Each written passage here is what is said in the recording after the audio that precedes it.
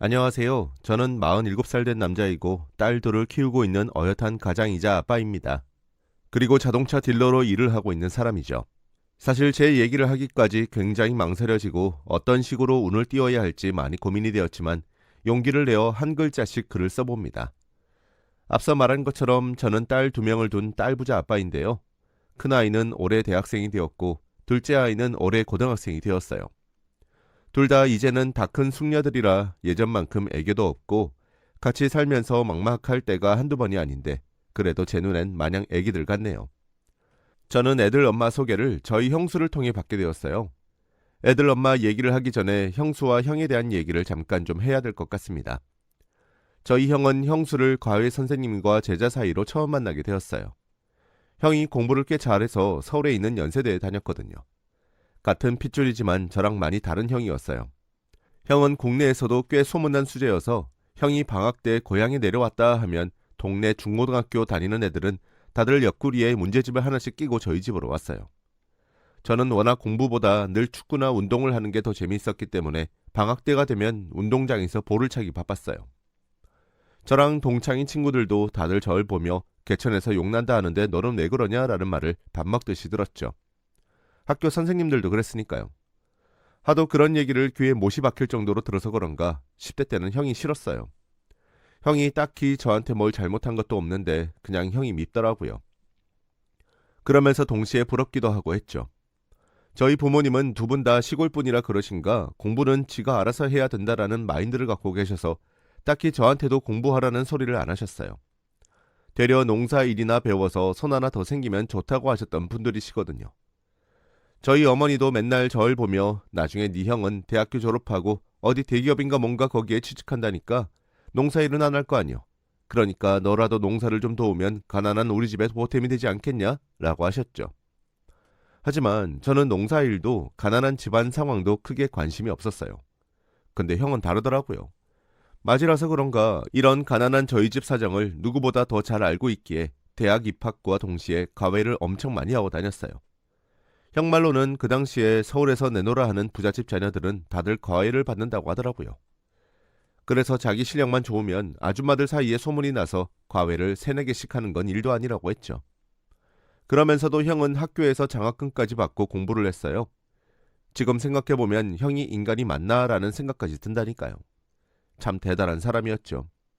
이렇게 바쁘니 어느 순간부터는 집에도 잘 내려오지 않고 돈은 계속 아버지 통장에 붙여드리며 명절 때나 오더라고요. 저는 항상 명절 때마다 형과 같은 방에서 자고는 했는데 그때 형의 속 얘기를 많이 듣곤 했어요. 그래서 엄마나 아버지가 모르는 형의 속마음도 저는 알고 있었죠. 부모님은 형이 대기업에 취직할 거라고 알고 계셨는데 사실 형은 법조인이 되는 게 꿈이라고 했어요. 용서가, 사실 나는 법조인이 되고 싶어. 아버지 어머니한테는 그냥 졸업하면 대기업에 취직한다고 했지만 실은 어렸을 때부터 원했던 거야. 근데 법조인이 되려면 사법고시 준비도 해야 되고 시험 준비하다 보면 기간이 얼마나 걸릴지도 모르잖아.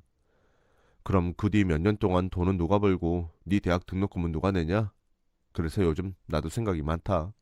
라고 하는 겁니다. 저는 그런 형의 속내를 듣고 형, 난 대학 안 가. 내가 형처럼 머리가 좋은 것도 아니고 그렇다고 끈기가 있는 것도 아니고 나 원래 공부랑은 안 친한 거 알잖아.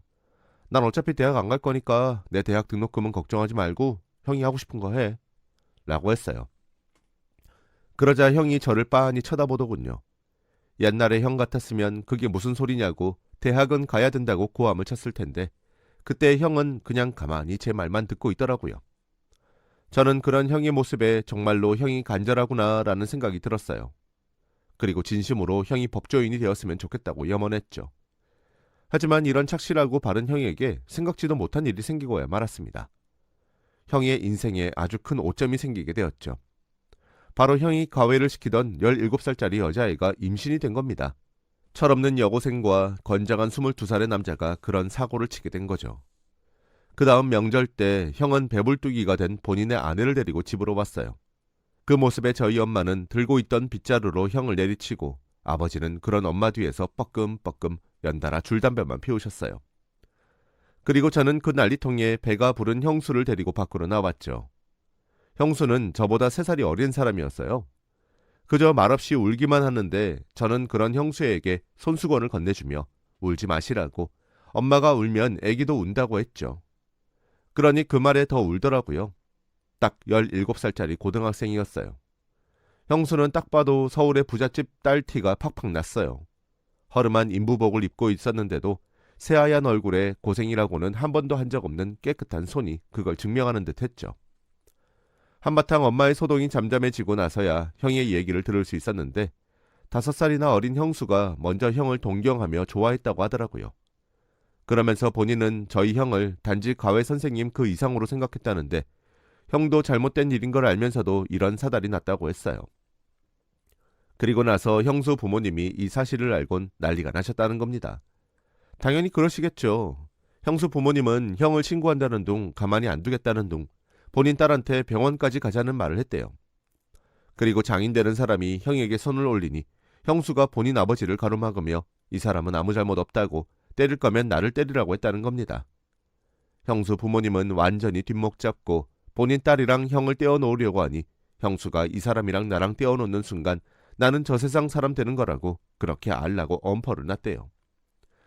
그러니 부모 이기는 자식 없다고 결국 형수 부모님도 지금 집 나가버리면 이 시간 이후로부터는 우리랑 완전히 남남이라고, 연 끊고 사는 거라고, 너 우리랑 연 끊고 살 수 있냐고 해도 형수는 아랑곳하지 않고 집을 나왔다는데 집을 나와도 갈 곳이 없으니 결국 저희 집으로 온 겁니다. 엄마는 그 말을 듣고는 바닥을 몇 번이나 치시며 어찌됐건 우리 며느리인데 우리가 데리고 살아야지 하셨고 형수 부모님한테도 연락을 드렸어요. 이왕 이렇게 된 거 어쩌냐고 같이 살게 해야 되지 않겠냐고 했대요. 그러니 형수 어머님께서 저희 엄마한테 별의별 소리를 하시며 딸 하나 없는 셈 칠 거니까 2번 다시 연락하지 말라고 하셨대요. 그러니 저희 부모님이 어린 형수를 데리고 살면서 출산과 산후조리 그리고 검정고시까지 다 치르게 했죠. 하필 그때 또 형이 나라의 부름을 받고 군대에 가 있었거든요. 엄마는 다 늙어서 애를 또 하나 키우는 기분이라며 평생을 속 썩인 적 없던 놈이 왜 나이 먹어서 이렇게 속을 썩이냐며 한탄을 하셨어요. 그럴 때마다 형수도 저희 엄마 눈치를 무진장 많이 봤는데 저는 그런 어린 형수가 안쓰러워 엄마에게 눈칫밥을 먹을 때마다 형수를 살짝 데리고 나와 과일이라도 하나 사주면서 달래주곤 했습니다. 형수는 항상 절 보며 아주버님은 참 마음이 따뜻하신 분 같다고, 이 집 남자들은 다들 성품이 이렇게 따뜻한 것 같다며 나중에 제가 아주 좋은 여자 한 명 소개시켜 줄 테니까 조금만 기다리라고 했어요. 그때는 그 말이 그냥 하는 말인 줄 알았는데 정말로 제게 여자를 한 명 소개시켜 주더라고요. 근데 그 여자가 바로 형수님의 쌍둥이 여동생이었어요. 형수님이 조카를 출산하고 3년 뒤 20살이 되었을 때 그때 처음으로 형수님의 쌍둥이 여동생이 저희 집에 찾아왔어요. 그동안 형수님과 전화 편지로 서로 연락을 주고받았는데 쌍둥이 여동생이 20살이 되면서 집으로부터 조금 자유로워져서 제일 먼저 본인의 언니를 보러 온 거였죠. 둘의 사이가 얼마나 좋은지 서로 보자마자 부둥켜 안고 우는데 저 어린 것들이 얼마나 보고 싶었으면 저럴까 하는 생각까지 들었죠. 그리고 나서 형수님의 쌍둥이 여동생이 저희 집에서 며칠 있다가 간다고 했는데 그때 형수님이 조심스럽게 본인 동생 어떠냐고 물어보시더라고요. 사실 처음에는 별 생각이 없었는데 형수님과는 정반대인 성격의 여동생이 점점 마음에 들기 시작했어요. 같은 쌍둥이인데도 저희 형수님은 대차고 씩씩했는데 여동생은 아주 조용하며 굉장히 사근사근한 성격이었어요. 저도 이런 형수님의 동생한테 마음이 뺏겼고 제 아내가 되었죠. 저희는 말 그대로 겹사돈이 되어버린 겁니다. 전 아내와 딱 4년 연애하고 청혼을 했습니다. 그리고 처갓집에 결혼 허락을 받으러 갔는데 장인어른과 장모님은 왼수 같은 인간들이 2딸을 다 뺏어갔다며 아내에게도 어떻게 너마저 저 집안 남자랑 결혼을 하겠다고 해? 네 언니가 그러자고 하디? 악마 같은 것이 아주 지 동생까지 망쳐놓으려고 작정을 했구나. 너는 절대 안 된다. 죽어도 안 돼. 라고 하셨죠. 저는 어떻게든 장인어른과 장모님의 마음을 돌려놓으려고 부단히도 애를 썼고 드디어 제 마음을 알아주신 장인어른께서 6개월 만에 결혼 허락을 해주셨어요. 그리고 결혼식도 제대로 올리라고 하셨죠. 첫째 때는 결혼식 하나 제대로 못해준 게 천추의 한이라고 하시면서 그때 처음 양가 부모님이 상견례를 하시면서 얼굴을 보게 되었어요. 그리고 저희 형수님 또한 7년 만에 부모님을 보게 되었는데 아주 다행히도 장인 장모님이 형과 형수를 용서해 주시더라고요. 장모님은 생각보다 둘이 잘 살고 있었다며 되레 좋아하셨어요. 아주 조금 힘들었지만 해피엔딩이었죠. 그리고 영원히 해피엔딩인 줄 알았던 제 인생에 말도 안 되는 일이 생기게 되었습니다. 저희 부부와 형 부부는 석 달에 한 번씩은 꼭 국내 여행을 같이 가곤 했습니다. 저희 딸들과 조카 딸도 서로 자매처럼 잘 지냈기에 같이 모이고 뭉치는 걸 잘했어요. 그리고 무엇보다도 대기업에 다니는 형의 회사에서 콘도며 놀이동산 티켓이며 직원들한테 많이 나눠줘서 그 덕을 저희 가족도 같이 보곤 했죠. 그러던 2020년 여름 휴가 때 저희는 또 같이 휴가를 가기로 했어요. 이번엔 부부끼리만 가게 되었는데 애들은 머리가 크다 보니까 다들 바빠서 못 간다고 했죠. 그래서 하는 수 없이 저희끼리라도 가자고 했고 강원도의 동해바다를 보러 가자고 했어요. 그리고 저는 그날 일찍 그늘에 먼저 가서 낚시라도 하고 있겠다고 했는데 집에서 살림을 하는 형수님이 자기가 먼저 가서 식사랑 이것저것 준비를 하고 있겠다며 같이 가자고 하더라고요. 그래서 형수님을 모시고 선발대로 일찍이 강원도로 출발을 했습니다.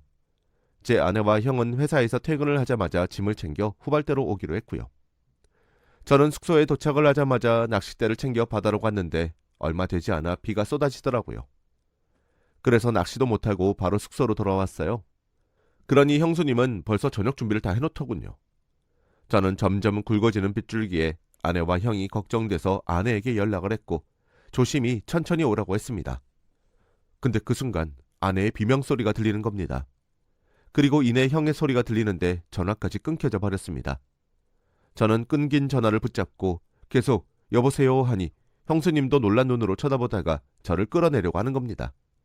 전화가 잘못됐나 하는데 저는 차마 제가 들었던 두 사람의 비명소리를 얘기할 수 없었고 다시 전화를 걸 뿐이었어요. 하지만 돌아오는 응답은 전화가 연결되지 않는다는 말뿐이었죠. 그 순간 얼마나 심장이 뛰고 손까지 벌벌 떨리던지 저는 그 자리에서 동상처럼 굳어 아무것도 할 수 없었어요. 몸이 움직이지 않았죠. 이런 절 이상하게 생각한 형수님은 제 핸드폰을 빼서 아내에게 전화를 걸었고 제 아내가 전화를 받지 않으니 저희 형에게 전화를 걸어 확인을 했어요. 두 사람 모두 전화를 받지 못한다는 말뿐이었죠. 그리고 1시간 뒤 병원 응급실에서 보호자를 찾는다는 연락을 받았고 저와 형수님은 제정신이 아닌 상태로 응급실을 가게 되었습니다. 그리고 보게 된 제 아내와 형의 모습은 처참했습니다. 형은 하얀 천으로 덮어져 있었고 아내는 중환자실에서 호흡기를 달고 있는데 제가 보고 있는 그 모습이 말 그대로 그 상황을 말해주고 있었죠. 저희 형은 사고가 난 후에 그 자리에서 즉사를 하였고 아내는 의식불명이 될 정도의 중상을 입었다고 했어요. 저는 그 모습에 바닥에 주저앉아 짐승처럼 울부짖었고 이건 꿈이라며 고함을 질렀어요. 옆에 있던 형수님도 저를 붙잡고 오열하는데 제정신이 아니었죠. 병원에서 사고 경위를 말해주는데 제대로 들리지도 않았습니다. 나중에 제대로 들은 이야기인데 그날 비가 억수같이 내리던 날 반대편에서 오던 레미콘 트럭이 빗길에서 미끄러지면서 저희 형과 아내가 타고 있던 차를 정면으로 박았다고 합니다. 그러면서 차가 완전히 형체도 못 알아볼 정도로 찌그러졌다고 했죠. 나중에 들은 사고 경위도 감당하기 힘들 정도였습니다. 형은 그날 바로 장례를 치렀는데 솔직히 저는 아무런 생각이 나지 않아요. 저한테는 너무 감당할 수 없다는 사실이었고 아내마저 중환자실에 누워있다는 사실이 저를 더 힘들게 했습니다. 그리고 딱 1달 후 저희 아내마저 세상을 떠나게 되었습니다. 너무 가슴이 아팠습니다. 아무런 손도 쓰지 못한 채 아내를 보내준 것 같아 그게 아직까지도 응어리처럼 남아있어요. 그리고 아내의 마지막 장례식 날 밤에 형수님이 저를 쉬는 방으로 부르더라고요. 저는 그런 형수님의 부름에 아무런 생각 없이 따라 들어갔고 왜 그러냐고 했습니다. 그랬더니 형수님이 제 손을 꼭 잡으시면서 딸 예린이랑 저 좀 서방님이 품어주세요 라고 하는데 그게 지금 무슨 말이냐고 했습니다. 그러더니 우리 약속 하나만 해요. 나는 내 남편과 동생을 잃었고 서방님은 아내와 형을 잃었잖아요. 그러니까 우리는 이제 같은 아픔을 지닌 사람이에요. 이런 우리가 아이들을 위해서라도 서로 부모가 되어주며 나는 우리 조카 딸들의 이모이자 엄마가 되어줄 테니까 서방님은 우리 딸한테 작은 아빠이자 아버지가 되어주세요. 그래야 우리 아이들이 엄마 아빠의 빈자리가 느껴지지 않게 잘 클 것 같아요. 우리 딸이 시집을 가면 서방님이 우리 남편 대신 혼주석에서 아빠 노릇 좀 해주고 나도 우리 조카들 시집 가면 내 동생 대신 내가 엄마 노릇 해줄게요. 그러니까 우리 서로 애들에게 부모가 되어줘요. 살면서 저랑 서방님이랑 아무리 서운하고 섭섭한 일이 생겨도 아이들이 엄마 아빠를 그리워할 때 그때만큼은 애들을 위해 엄마 노릇 아빠 노릇 좀 해줘요. 우리 그래야 우리 새끼들이 덜 힘들어할 것 같아요. 라고 하는데 그 말을 듣고 저는 형수님의 손을 꼭 잡은 채 고맙다고 나는 그런 생각하지 못했다며 꺽꺽거리고 울었어요. 내가 우리 형에게 부끄럽지 않게 최선을 다해 조카한테 아빠 노릇 해주겠다고 약속을 했죠. 그리고 형수님도 제 아내를 대신하여 저희 딸 아이들에게 엄마 노릇 해주겠다고 하더라고요. 그렇게 저는 아내와 형을 같은 날 잃고 많이 의지가 되었었는데요. 아내나 형이 보고 싶을 때마다 가서 같이 보곤 해요. 아내랑 형 둘 다 거기선 아프지 말고 고통 없이 훨훨 날아다녔으면 하는 마음뿐입니다. 아내가 간지 3년이란 시간이 흘렀는데요. 아직까지도 제 곁에 아내가 있는 것만 같아요. 저한테 잔소리를 할 것만 같고 저에게 밥을 먹으라고 할 것만 같죠. 평생 이렇게 그리워하며 살 것만 같아요. 그리고 저는 형수님의 약속대로 형이 조카를 사랑했던 것처럼 저도 조카에게 무한한 사랑을 주고 있어요. 그리고 한 번씩 조카와 조카 남자친구를 불러 밥도 사주곤 하죠. 조카 남자친구를 아주 매서운 눈으로 보고 있는 중입니다. 그리고 형수님 또한 저희 아이들과 함께 한 달에 한 번씩 같이 시간을 보내고 계십니다. 미용실을 갈 때도 있고 쇼핑을 갈 때도 있는데 저희 애들 엄마가 애들이랑 같이 했던 걸 똑같이 해주고 계시더라고요. 저는 저희 두 번째 딸이 제게 이런 말을 했어요. 엄마가 보고 싶을 때마다 이모를 보면 엄마를 보고 있는 것 같아서 너무 좋다고요. 엄마랑 이모랑 쌍둥이다 보니까 이모를 보면 마치 엄마가 살아 돌아온 것 같다고 하는데 그 말을 듣고 가슴이 미어지는 것만 같았어요. 이 어린아이가 그런 생각을 하고 있다는 게 너무 미안하고 가슴이 아팠죠. 제가 형수님한테도 이 얘기를 해주니 되려 좋아하시며 제가 그렇게라도 우리 조카딸의 마음을 위로해 줄 수 있다는 게 너무 행복하네요 라고 하시더군요. 형수님 덕분에 저희 딸들이나 조카딸이 이별의 아픔을 더 빨리 해결한 것 같아 정말 다행이라는 생각이 들었습니다. 엄마 아빠를 잃은 아이들 치고는 표정이 정말 밝고 항상 긍정적이거든요. 형수님이 정말 큰 몫을 하신 것 같아요. 어쩌면 아내를 잃었다는 슬픔과 형을 잃었던 슬픔으로 형수님과 더 멀어질 뻔했는데 이런 제안을 제게 해주셔서 더욱더 가족 같은 느낌이 들었죠. 형수님이 저보다 나이는 3살이나 어리지만 생각하는 건 저보다 더 어른 같았어요. 사실 어느 누구에게도 제 이런 속사정 그리고 가슴 아팠던 일들을 자세하게 얘기해 본 적이 없었는데 이렇게 속 시원하게 얘기를 하다 보니 마음이 조금은 풀린 것 같아요. 제 변변찮은 이야기 들어주시고 읽어주셔서 감사하고요. 만약 저처럼 가족을 잃은 분들이 계시다면 부디 잘 이겨내시고 치유하셨으면 좋겠습니다. 항상 건강하시고 모두 다 행복하시길 바라겠습니다.